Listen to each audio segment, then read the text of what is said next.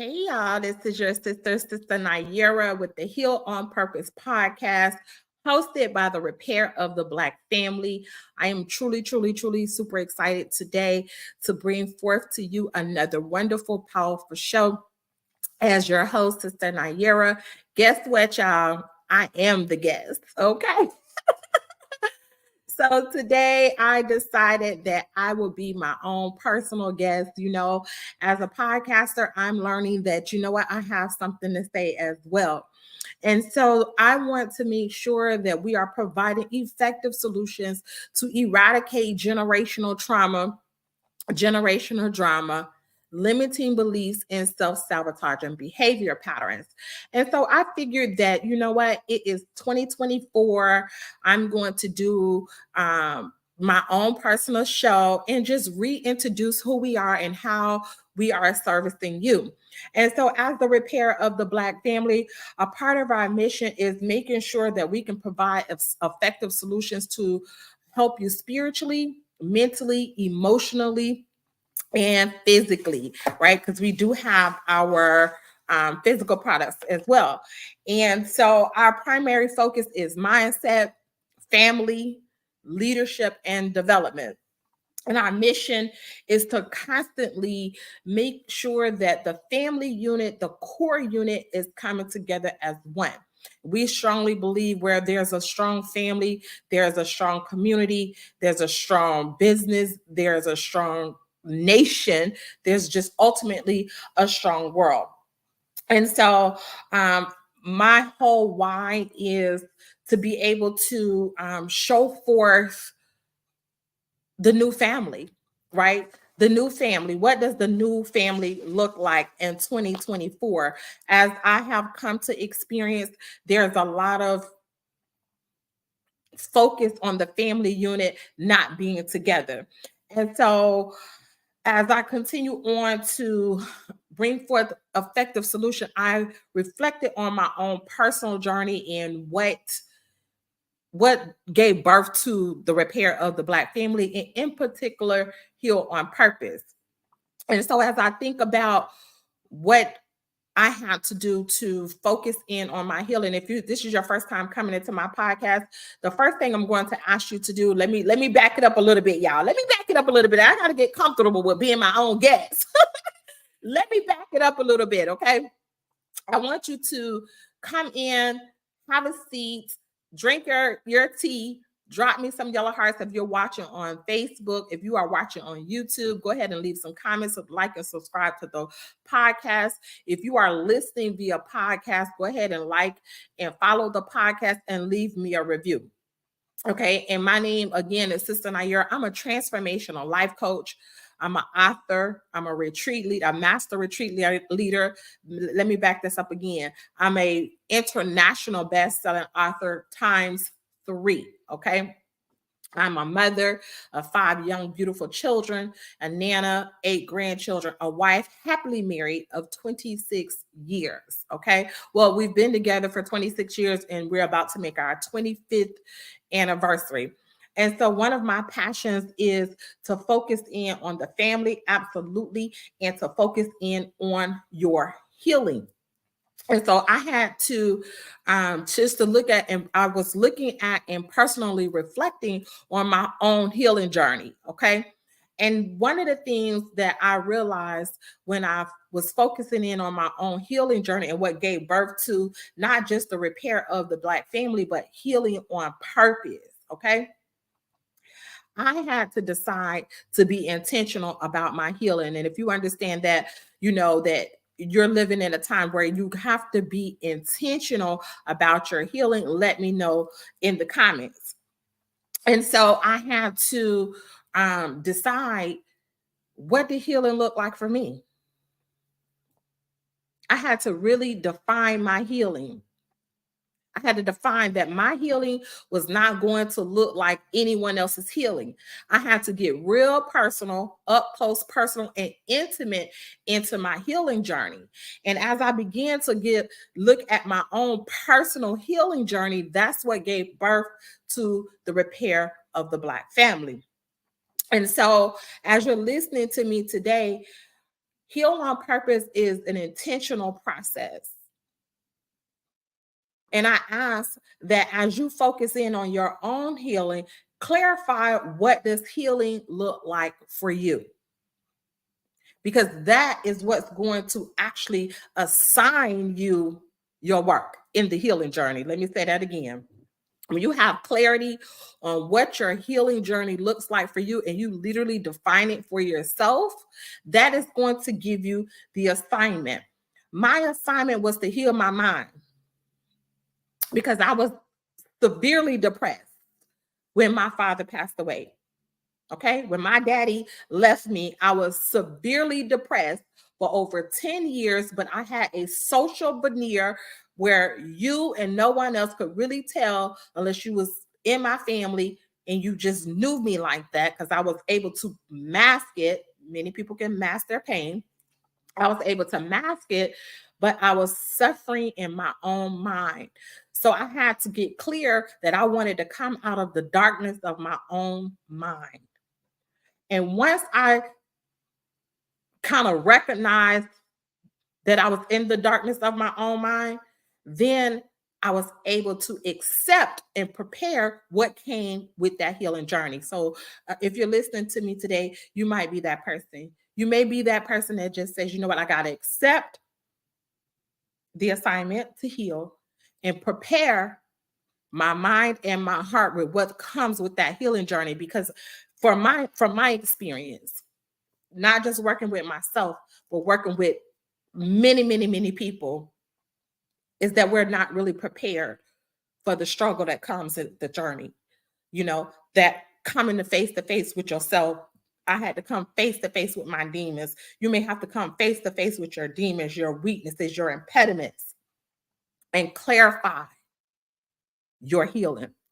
And so one of the things that I realized what was keeping me captivated, I was captivated with pain because I was able to use it with as a crutch, right? Not knowing it at the time, but now looking back, okay, this is where reflection come in. Looking back, I realized that the number one thing, and you may have that one thing, and not matter of fact, I tell everybody, you got that one thing that you have to identify to really be activated in your assignment as it relates to healing. That one thing for me was realizing that I'm not a victim. Ooh, who am I talking to today? Y'all come on in on the podcast, write that in the comments. I'm not a victim. And so once I realized and I made a conscious decision, meaning I became aware that no, these things happen not just to me, but it happened for me. Because in my depression gave me purpose. And when I realized that, you know what? I'm no longer going to claim the victim. I'm cashing in my victim card. Somebody put that in the comments. I'm cashing in my victim card. Not only did I start to will myself out of being a victim, and I started to do the work intentionally, healing on purpose, I started to help everybody around me. And as I began to help everybody around me, my circle became strengthened, and that gave me more fortitude to heal. Who is this message for? I had fortitude to heal, right?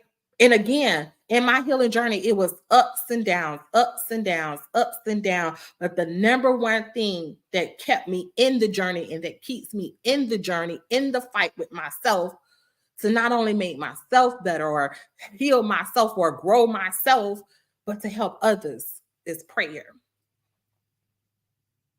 Get real clear on what it's going to take for your healing journey. And so with prayer came discernment.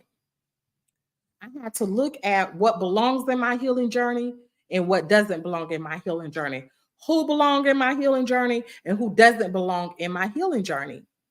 And once I began to understand that, then not only did I become aware spiritually, mentally, but became aware more emotionally. And I started to develop the emotional capacity to go through the journey. I know at least one person needed to hear this. You got to have the emotional capacity to go through the journey. And that took emotional intelligence. I had to be aware of my frequency, knowing that my most powerful state was in my ability to rise above my emotions, to keep my frequency, to keep my tone, to keep my energy, to keep my thoughts on high. And that was the battle. That was the war. That was the war between the good and evil of me. But I was willing to go through the war. I was warring from my own heart and my own mind because I knew that my salvation wasn't just predicated on me surviving, but it's predicated on my family surviving, my future generation surviving. And matter of fact, many of you. And so I had to decide, okay, on this battlefield, in your highs and in your lows, how do you remain in the high? And the only way I can do it still to this day is identify what is the things that's troubling my mind and then map out how to get out of the darkness. Because I'm going to tell you something. What I've come to understand is people can stay in the darkness. And it's the choice. It's the choice to come out and it's a choice to stay in. But even in the choice, even in your power to choose, it's going to be a battle. But you are worth battling for. Let me say it one more time. You are worth the battle. And we're talking about healing on purpose. You know, Maya Angelou say, do the best you can do until you can do better. And then when you know better, do better. See, I had to do better with the knowledge and the understanding and the wisdom that I had at the time when I was making the decisions that kept me in my low vibrations. That was good for me. But then when I started to become more aware, now I know better that those decisions wasn't the best decisions for me. Now I have to do better by myself, my family, my business, my community, and ultimately I take on the responsibility of helping to impact the world. And so I came on to this today to encourage somebody as you're going through your healing journey to define your healing. Like, what is your purpose? Who is your purpose? How you going to get through? How you going to be dedicated to the process? And I found that not just being intentional, but being grateful. Gratitude for the trials, gratitude for the healing, gratitude that, you know what, every single moment of my pain was ordained for me. And that took a lot of work to even arrive at that thought process. And if you know what I'm talking about and you understand that, let me know. Is it a process to even understand your own pain? And so as I began to look and I started to go deep within and I started to intentionally heal and I started being grateful for right where I am, God is. And I leaned not only into my prayers and I leaned into God, but I leaned into my support system, which my number one support system was my husband. And I'm telling anybody that's going through any type of trials, any type of healing, any type of, being the change that you want to see, you got to have a strong support system. And with that support system came my children. With that support system came my mother and my family. However, though I had all of the support, there was times I still felt lonely. And I had to identify what that is and what that was for me. And then I had to, guess what? I had to tackle it. I had to tackle the things that kept me from being able to lean into the healing process. And so I'm going to say something to you all. As you're going through your healing process and as you are looking at this journey and being intentional on your healing, because I'm telling you, from my experience, when you heal, others heal. Your business heal, your family heal, your jobs heal, your relationships heal. All of that takes part in the healing, but you have to define what that healing looks like. And as I defined it, and as I got deeper into the process, and more things, that other stuff was coming up, and I was going through the process, and people were saying certain things like they didn't understand my healing. Let me say this: everybody is not going to understand your healing.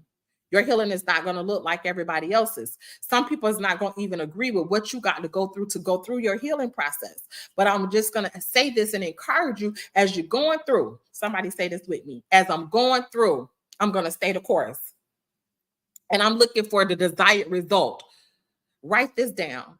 When you're going through your healing, you got to have a desired result. What results are you looking for? See, I was looking for a particular thing. I was looking for peace in my mind because I had a lot of chatter. That chatter looked like confusion to me. I was going one way and another. I was in confusion. I was here, you know what they call scatterbrain.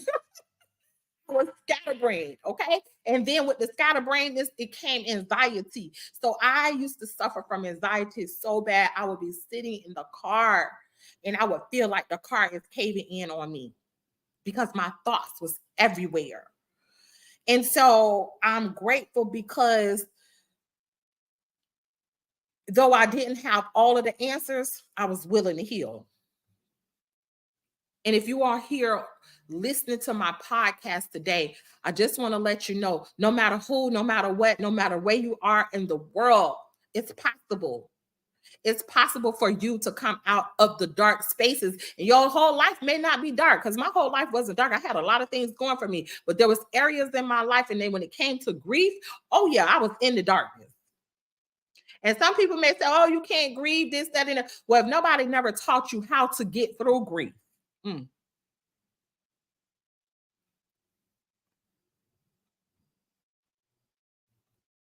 baby, that could be a trial in the air. That could be a trial right there.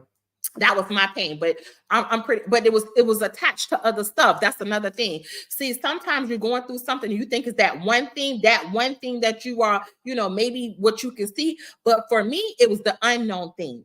It was the things that I did not know about that kept me in the darkness. And so once I just started to divine my healing, I realized in the journey that I am enough. I'm enough to go through this process because there was times where I just didn't feel worthy. I didn't feel enough. I didn't feel like, you know what? Transparency. I didn't even feel like God was hearing my prayers because I was just so much in I mean, it was a mass grief. Like it was those times when I was alone that my own mind was attacking me. And I didn't know if God was really hearing my prayers because I was still there.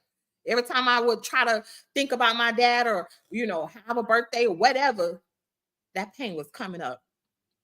And you may be in a position where everything is going good for you. You feel like life is going, but it's that one area, that one thing, that one area that may be troubling your mind. So I came on this podcast today to say not only is it possible to come out of that dark space or be in the journey, but you're safe in the journey.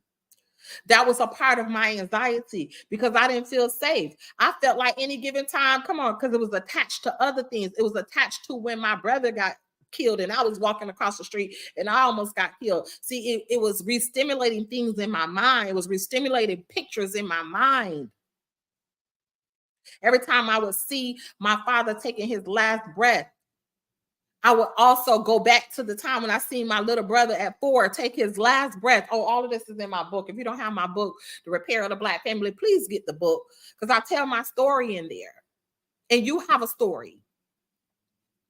But it was bringing up pictures that I wasn't even aware that was protruding in my thought process. And that's where the source of my anxiety came because at any time I thought I was going to check out of here and didn't know why. You ever been in a position where you didn't know why? But thank God that I was able to come through that. And what I came on to tell you today, that there's light at the end of your darkness. But you got to be searching for the light.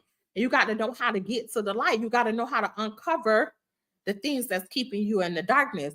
And so what I realized about my pain, as I started to name the pain, come on now, what was my belief about the pain? Because 9 times out of 10, whatever problems you're going through in your life, the problem may be there to help you to grow, help you to overcome some things, but it's how you define the problem. So I had to define what it looked like for me, what that pain looked like for me. And then I had to get a new perspective on the pain. It was my whole belief about the pain that kept me in bondage. See, when you believe a thing, that's your decision about it. I made a decision about death, what death was to me, what death meant to me, and because people just taken away instantly, they just snatched out of here, and I felt like I was going to be snatched out of here. Then guess what? That was my belief system, whether it was conscious belief or unconscious belief. It was somewhere in my consciousness that was my belief system, and so as a result of that belief system, that created the thought. Come on now. Whatever you believe is going to continue to create the thoughts, the reoccurring thoughts. And my thoughts was just reoccurring. It was reoccurring and it was reoccurring. I'm saying this because you got to go in and define your belief system that's going to change the thought. And once I was able to look at what that was, now my thoughts changed. They became lighter. Because your thoughts is going to create the feelings. So the feelings of anxiety started to dissipate until it totally got eradicated, because my thoughts was able to change, because I was able to go to the root cause of the thoughts. And once I did that, once my feelings was open up to receive the healing. Come on now, say I'm able to receive. Once my thoughts was open up to receive my healing, that's when I got the results. And it's a constant journey. But as the result of, being present now, because I was out of present time. I'm a better mother, I'm a better wife, I'm a better friend, a sister, and I'm able to expand. That's the new results in my life. And so I came on today to say, on this podcast, if I can inspire you to do anything, give yourself permission to make a new decision. I had to make a new decision that no matter what, I knew without a shadow of a doubt that my daddy loved me. And I had to come out of the victim. I had to start placing my attention, but that was, I had help with that. Started placing my attention on the good times. Ooh, who am I talking to today? You got to place your attention on the good things in your life. Sometimes it's easy to just shift by yourself, but there's other times you need some help, and that's where that support system comes, right? And so my healing was making a new decision that I am not a victim. And so if I can encourage anyone today, as we're talking about healing on purpose, and I went into that higher zone of healing, which means for me, the things that I was able to focus in on: joy, creativity. Oh, this is how I was giving birth to a lot of stuff, hence the repair of the Black family. Okay, which is it's a business. We focus in on mindset, family, leadership, development. But I was able to focus in on my creativity. I was able to get calm, situated. Some of us got to get situated. I was able to be more grateful, just grateful to even be able to take a breath of air, because that was the higher frequency, the higher vibrations, the most powerful state that I can be in.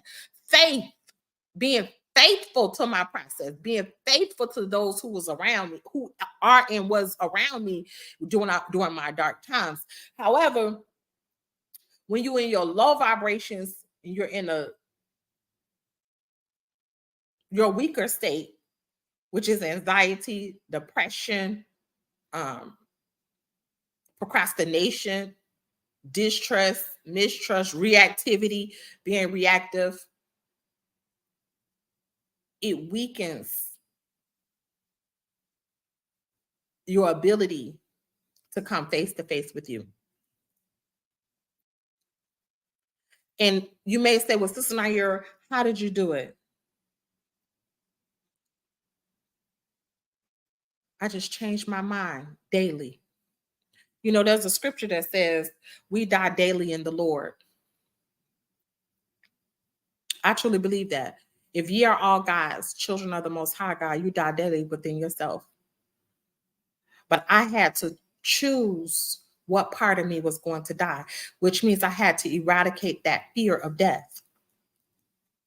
It's okay. Come on, somebody needs to say that. It's okay to let the old me die off for the new me to emerge. Who is this for? As you listening to my podcast, you got your whole sister Naira. I came to have an up close personal talk with y'all today to say it's okay for the old you to die off, for the new you to emerge. And that's what happened with me. That one thing, once I decided, no, I'm not going to be a victim in my pain. Then as I started to get over the loss of my daddy, because that's what I call him still to this day, my daddy, I started to discover other things, other locks, other traps, other mindsets, other feelings, other situations that kept me stuck. And then that healing became that journey. In the journey, it became a game. It became not just challenging, but something that I desired to do. I desire to be in a process that's going to mind me out. It's going to help me not only mind me out to emerge me, but now I have more ability to help you. And so I'm saying to you, as you're going through this process of healing, no matter who you are, regardless of race, class, creed, or color, there is aspects of our life that needs our full attention, our full awareness. And if we're stuck in the lower vibrations, the lower tones, the lower frequency of all of these things, that not only what you know, come on, the most powerful thing that I found is the things that I did not know. And when you start going through your healing journey and you start to discover yourself and you start to discover your pain, the process, the parts of you that was in pain or in darkness or in confusion, it's a lot of different words we could put on this. You give your words, right? As you start to discover, because I had to discover how to come out and how to shake up the thoughts, which means I had to go through not just my thoughts and what I have adopted as real. I had to go through limiting beliefs of what has been passed down from generations upon generations upon generations. And you may say, well, Sister Naira, how do you know that? How do you know that you was going down generations and generations and generations of healing? Well, for me, and you got to find your process. Find your process of whatever is going to work for you. But not only was it faith and belief in God, and I say Allah, not only was it my faith and belief and my journey and my sojourn in Islam, but when I started to get that tool and that technology called Dianetics, that was, I wish I had the book. That is, I might have it right here. Nope, I don't have it. That is the modern science to mental health that helped me. That one book helped me to define the generational traumas, the generational confusions, the generational poverty mindsets, the generational. And now I am so much more effective and so much more aware because I have more energy. I'm a conduit now. I'm more of a conduit because I was able to go deep and remove the negative the negative deviations, aberrations, the negative deviations, the negative things, not only that happened with me and to me, but guess what? That has happened generations. And now I get an opportunity to offer my full self, me, full self to you. because I'm not reactive. Yeah, that's how deep my healing goes. Just want you to know that however you get to your healing process, you can actually get to a point where you're truly happy. Like I'm truly happy in spite of anything and everything that may come my way. I'm truly happy. And that's what I wanted to bring to you today. That one thing that will catapult your healing is knowing how to define that healing and that you truly can be happy.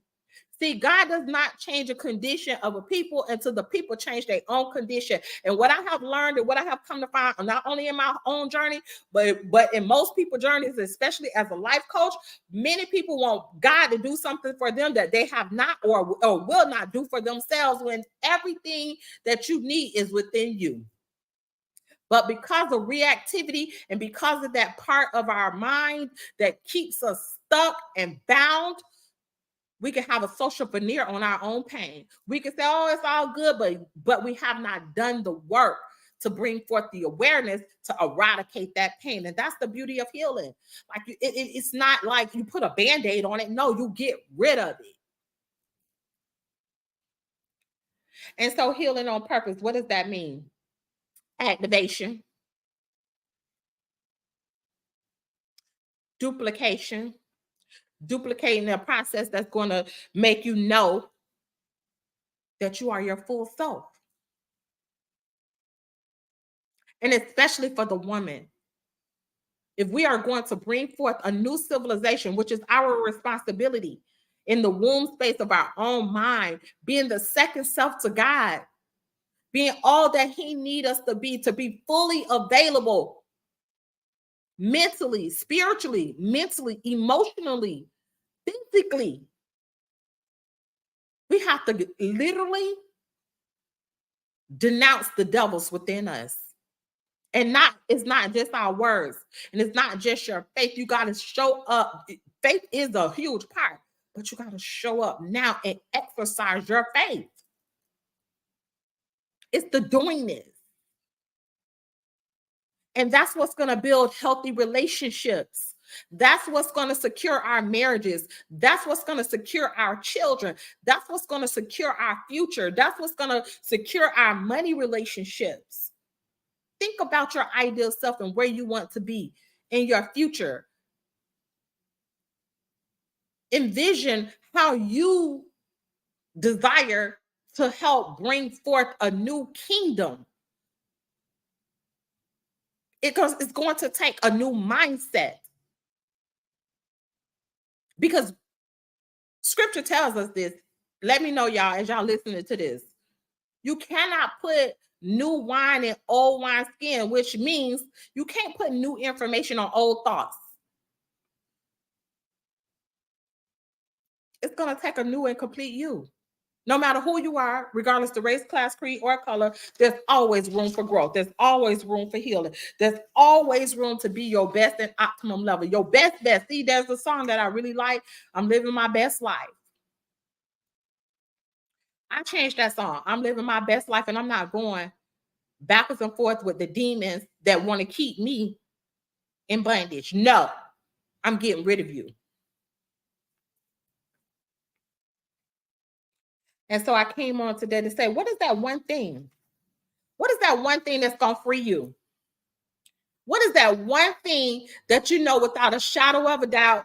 It doesn't matter. That one thing, it has to go, and it has to go today. That you're going to be actively healing on purpose. Because when you healing on purpose, now you connected more spiritually. You connected more with your intuition. You connected more with your creativity. You're more vibrant. You're more transparent. You're more vulnerable. You have the energy to create a new world. Sometimes we are so tired in the process because we don't have access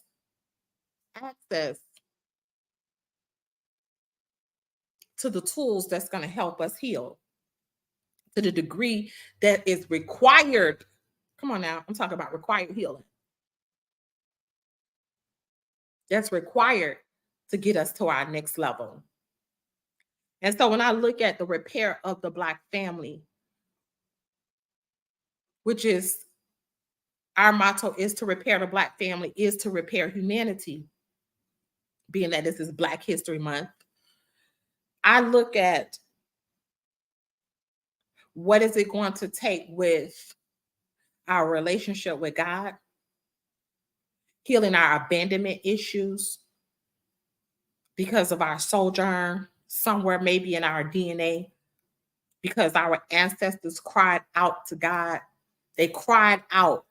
And maybe, just like I felt, and I realized that that was ancestral, that maybe God wasn't hearing my prayers. Maybe that's something that's within us, that we got to heal our abandonment issues. That takes being truthful, y'all. You got to somewhere. If this don't fit for you, it's okay. But if it fit for somebody, heal your abandonment issues on every level. So I had to heal my abandonment issues where I felt abandoned with my relationship with God. Whew. Thank God I came through it though. Take a lot of courage to say that part. Then I look at building that intimate and personal relationship to the God of your understanding, no matter how you call him, no matter what you call the creator, however you call him, building that intimate and personal relationship with him. Then when I look at the family unit and the family structure according to the word and according to how it's, according to what I know it to be, that man, this is healing, y'all. This is healing. The man that is in the house, or let me say this, the man has to have his personal relationship with God in the household, in the marriage, in the family. We got to get back to promoting the family unit, the structure, because the roles are being reversed constantly, daily. It's being reversed at a rate that we probably can't even catch up with. Okay?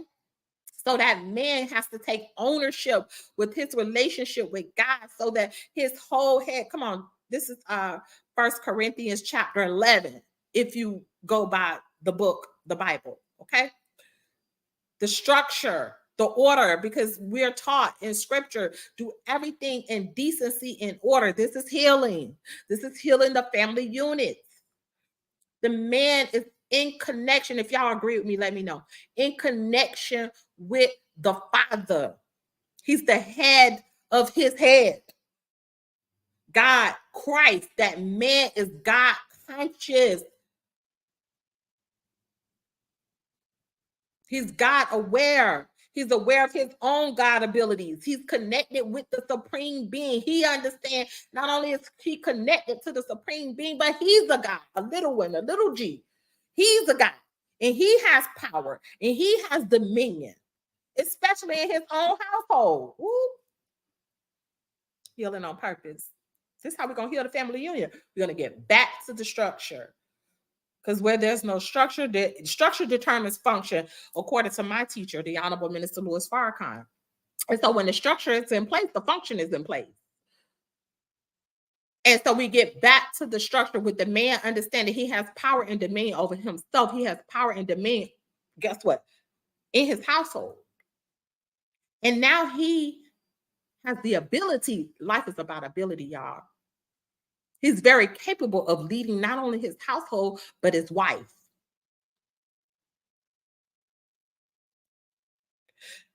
The woman is understanding now. She's not afraid of the word submission. Whoop. Because in our good book, the Holy Quran says that the man has a degree upon the woman, over the woman. It's a degree. Okay. But when you got a man that is in love with God, you don't have a problem with submitting to the structure in the man that has God as his head. Because your nature, that's why I love my husband so much. He just brings out the little girl in me. like my father, the God, and my father, my daddy, who left me. But when you understand your relationship with God as the second stone, the cornerstone, when you understand, you want to be obedient to God. You want to have that obedience in your household. It's so refreshing, y'all. It's so refreshing to have structure when it comes to the family unit. And then a woman that's obedient, she raised obedient children. Oh, Lord, yes. Her children is not disobedient, because even in scripture it says that the real teach and train a child in the way that they should go, and if they depart they shall return. Come on, that's obedience. They will come back. But that woman in her obedience is able to transfer obedience down to the children, so their nature is activated in obedience. Even if they depart, they still got that leaning towards obedience, that leaning towards being more right than being, guess what, not right. That leaning towards being more moral than immoral, than not being moral. And we living in a society today. Y'all look around. It's not just my word. Just look around. But we have the power. We have the ability. We have everything in us. We're made up to win. We're made up to survive. We're made up to play the game of God, to really have power and dominion on this planet and bring forth the family of God. We have that power. We have that ability, but we just got to tap in, and not just tap in, but practice it, demonstrate it, work at it. Hence the repair of the Black family. You know, one of the things that I'm teaching my clients now, providing structure, providing means and methods, you know, when it comes to business, because everybody into the business now. Everybody trying to be an entrepreneur, everybody into the business, this, that, and that's all good, because we're supposed to do for ourselves and suffer the consequences, right? I'm teaching my clients that your family is the business. Now, how we going to structure this family? How we going to invest in the family? What is the goals, the purposes, the policies for the family? Because the family is the business. That's leadership. See, I'm learning that people think leadership, and I've been in leadership for many, many, many, many years, many. But I'm learning also from an external viewpoint that people think that leadership is just when you on your corporate jobs, or you think, or if you're an activist in a community, or you are in your religious homes, you know, it's some kind of other outside structure. No, be the leader in your life. And when we determine that we are the leaders in our lives personally, and we able to get that mind right, our spirit right, now we become the leader in our families.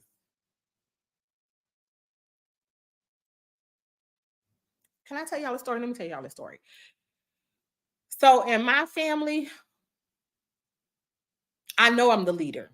I know I am a leader, and not just a leader that's, you know, I carry weight, right? My word means something. And I'm saying this, and I hope that somebody can gain from this story. But I had to look at all of the different things in my life, and from my perspective. I'm not saying that, you know, this is everybody's perspective, but my perspective. And I had to look at our family's strengths and weaknesses, and the things that my perspective felt that we could have did better.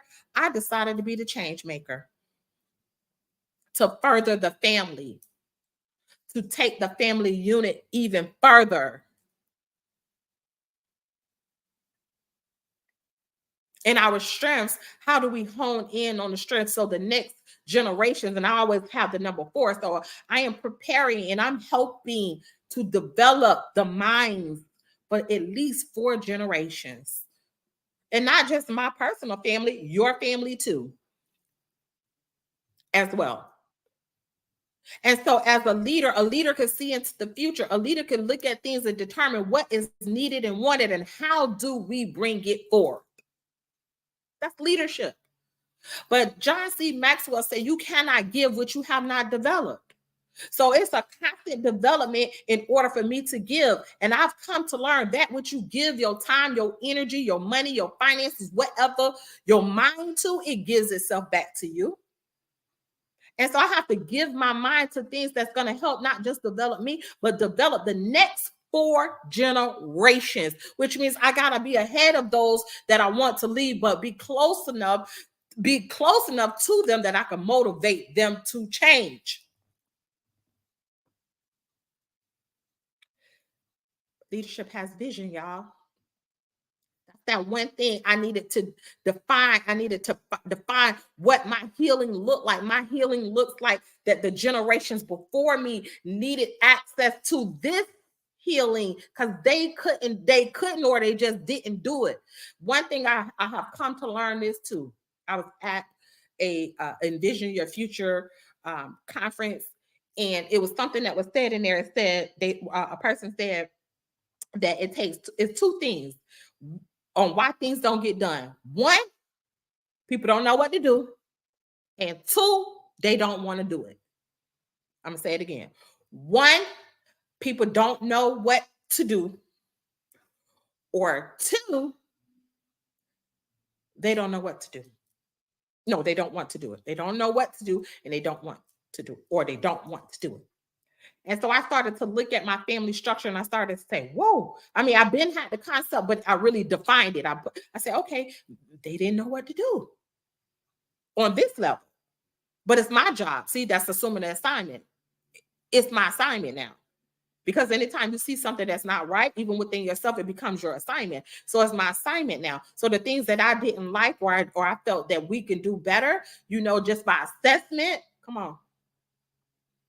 It's my job to make it better and to get others to get in the process to help, because I know that you can't do it alone. If you want to go far, do it with a group. But if you want to not go far, do it by yourself. So I know that I can't do this by myself. I'm saying to you that maybe in your healing, you can't do it by yourself. And if you want to change generations, you can't do it by yourself. And that's the power of community. And so I started to assess and started to get involved and started to verbalize. Communication is so important, y'all. I started to verbalize what's going to be needed, what's going to be wanted, what we got to do. You understand? And I'm not saying I have perfected this. I still got a lot of work and I'm working. And there's times where I have to, I got to say, okay, girl, you still got to work on this area. That's humility. Knowing where you are. It's not always easy to change. It becomes a challenge in the change, but you got to be willing to be challenged. That's growth. That's expansion. That's the evolution.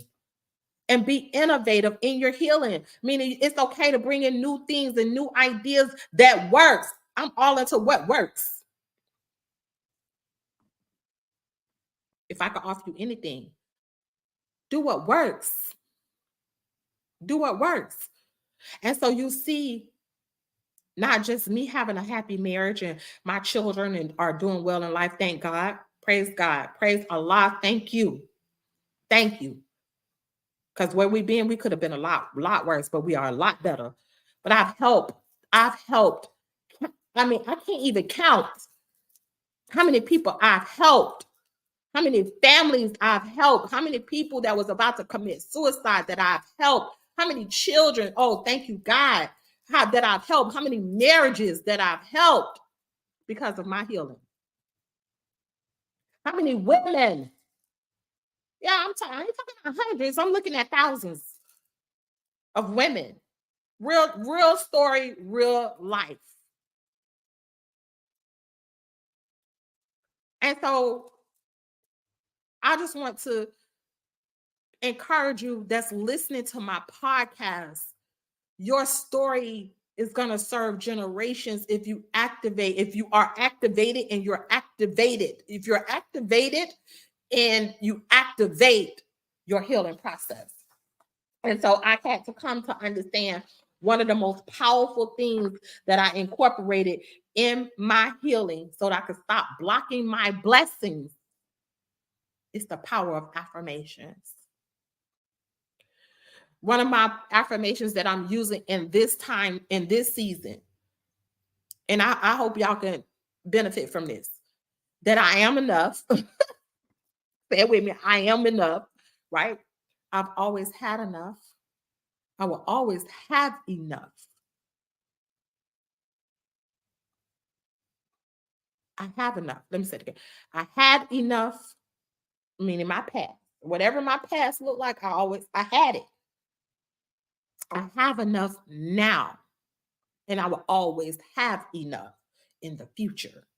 Past, present, and future. And me, in the whole process, I am enough. So don't feel less than. Mm-mm. Nope. I encourage you. I encourage you that one thing is just know that you are worthy of the process because God chose you. You're favored. Speak life to yourself. And so as you was listening to my process and my podcast today, I hope and pray that I gave you something that will take you to your past to be willing to go back and recover and discover that weaker part of yourself and give yourself grace, give yourself permission, give yourself give yourself permission, grant yourself the awareness that it's okay. There's some things that's back there that I can leave back there, but I got to go back there and acknowledge that what the decisions that I made at that time, I made it at the time of the knowingness and the ability that I had then. But in my now, and that's your most powerful state, in my now, and then you fill in the blank. And as you fill in the blanks for your now, understand that you have the power to create your future self. And then go to work. Go to work at creating your future self in your now. And so I'm grateful. I'm grateful. If you are the type of person that, like Maya Angelou said, she said, do the best you can until you know better. And then when you know better, you do better. And if you want to know better and you want to activate that one thing in you, and you may need that help like I did. I needed help. I knew it was necessary. Yes, it was hard, but it was necessary. And if you are that person that's listening to my voice right now, and you may feel like you got it all, but you need a little bit more. And you may want your family to be established, for future generations. You may want your business, your leadership skills to be enhanced. You may be a woman that just need a good support system. You want a group of like-minded women, people. I don't just coach women. I coach whoever wants to be coached, but I do have a women's group. Okay. And you want that community to be connected, to be empowered, to know that you could go beyond your limits, your limiting beliefs, to help identify your limiting beliefs, then I am that coach for you. And I'm going to say, during this time period, we all need a mentor, a coach, accountability partners, because procrastination kills dreams. We need somebody to hold us accountable in the vision. That's another thing with leaders and people that's healing. You got to have vision. You got to have your end result. And if you are that person and you need that one thing to catapult your healing, then I'm going to say, get in contact with Sister Naira and Brother David. Definitely Sister Naira, so I can help you heal on purpose. I want to thank you all so much for listening to my podcast today. I just wanted to come out and reintroduce who we are, how we show up as the repair of the Black family. We ask that you continue to support us, continue to support. If you don't have our book, let me show y'all, get the book, The Repair of the Black Family. A lot of things that I talked about in the book. A lot of things that I talked about for myself is in my book, The Repair of the Black Family Anthology. You can actually get that book on Amazon, or you can go to my website at www.repairoftheblackfamily.com. Here is the book. Look, you have 33 powerful authors that's in this book. We are providing for you not only what we've gone through, because we can always point out the problem, but we're talking about our life lessons. What did we learn from it? And we are also offering repair actions, meaning at the end of every chapter, there's 3 things that we recommend that you can do that will add value to your healing process. And I highly, highly encourage you to get this book. Again, you can get it from www.repairoftheblackfamily.com. Get the book, and you can go to Amazon and have the book shipped right out to you. Another thing, again, talking about support. Listen, relationships, we have it for you. Sister Nair and Brother David, we have the Ignition Building Relationships Retreat. Mother, daughter, father, son, single, married, it doesn't matter. Come to the retreat in Orlando, Florida, August 2nd through the 5th. We are now taking deposits for this retreat. There is a payment plan available to you, especially when it comes to your future generations. We have it for 13 and up. You can actually bring your young adult children to be a part of this. A lot of times we are engaged in processes and we leave the children behind. No, in this particular retreat, we're focusing in on the family. So if you are a mother or a daughter, okay, which means you don't have to be a mother. Okay, you could be a mother, a daughter, a father, a son.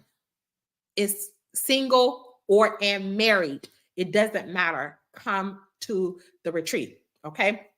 Again, we're now taking deposits. If you want more information about that, you definitely can click the link in my bio. I have consultations. You can get a consultation about the retreat, and you also get a consultation about our new leadership and development program, which is, I'm telling you, this thing is catching on like wildfire. Every single day, we have people joining the leadership and development program that's helping you with personal development. I have come to find that nothing changes unless you do. Okay. So if you are interested in becoming more developed for your personal self, your family development, creating your own empire, right? Your business development, learning how to build teams. We're going to help you to establish more freedom, more growth, to be able to be duplicated. Listen, that's the one thing that I know. In anything that you're building, you want to be duplicated. So Brother David and Sister Nair, our leadership and development program is producing and helping people to manage their problems, okay, to expand, to evolve, and really coming up with effective solutions. You can also get a 1-hour consultation with Sister Naira to be able to see how this program can help you in the 2024 expanding in all areas of life. Click the link in my bio, and it may be in the comments if you're listening to this. If you are listening to my podcast, you can always text me at 727 623 5555. Once again, it's 727 623 5555. Text the word leadership and retreat, and I will get you booked in on a consultation. Last but not least, family, we have the sea moss gummies. We're in the winter seasons. Okay. You always can go to my website and see the different things and products and services, but this is one of our most requested one. It is the sea moss gummies. I gotta say, they are absolutely good. They are 91 to 102 trace minerals. They do have they're 102 because they have the bladderwrack and burdock in there. They're apple flavored. They don't have any gelatin. It's not artificially flavored. There's no sugars in it. And I'm telling you, it's really, really good. So try it out for yourself. As you can see, it helps your gut, which is your second brain. I like to say your first. All right. When your mind and your gut is in alignment, there you go. You are in alignment. And so it also helps to boost the immune system and also your skin and much, much more. Okay. And I believe that is all. If you want to continue to support the Heal on Purpose podcast, you definitely can support us by Cash App. You can Cash App Family Repair or PayPal at Heal on Purpose 19. Okay. family repair or Heal on Purpose 19. I want to thank you all so much for listening today. And I hope and pray that I was able to just give us something that will have us to reflect and during this time on healing on purpose, repairing the Black family. We're in what they call Black History Month. The history is starting with yourself and then trace it all the way back and see how you can take your lessons learned of who you are and who you are becoming to further the next at least 4 to 7 generations. If you think big and creating futures, we'll be all right. That's salvation. Thank you all so much for listening. Peace and love.